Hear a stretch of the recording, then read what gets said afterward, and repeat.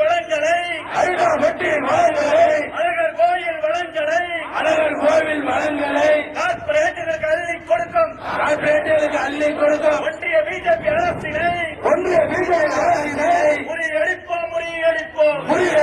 முறியடிப்போம். இந்த போராட்டத்தின் வாயிலாக நாங்கள் சொல்லிக் கொள்வது, உடனடியாக ஏல உத்தரவை ரத்து செய்யவில்லை என்றால் ஏல உத்தரவையும் சட்ட திருத்த நகலையும் எரிக்கிற போராட்டத்தை மேலூரின் அனைத்து கிராமத்திலும் நாங்கள் முன்னெடுப்போம். டங்ஷனுக்கு வந்தால் மதுரைக்கு நல்லது, எதுக்கெடுத்தாலும் எதிர்ப்பு நல்லதா, காப்பருக்கு இன்றைக்கி பாருங்கள் வெளிநாட்டு கையேந்திரம்னு வார்த்தை சொன்னார்.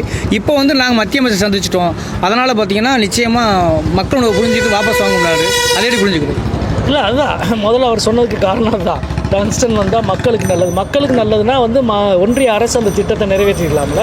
மோடிக்கு வேதத்தின் மீது இருக்கிற விசுவாசத்தை விட வேதாந்தா நிறுவனத்தின் மீது இருக்கிற விசுவாசம் அதிகம். அதுதான் நம்ம தொடர்ச்சியாக பார்க்குறோம்.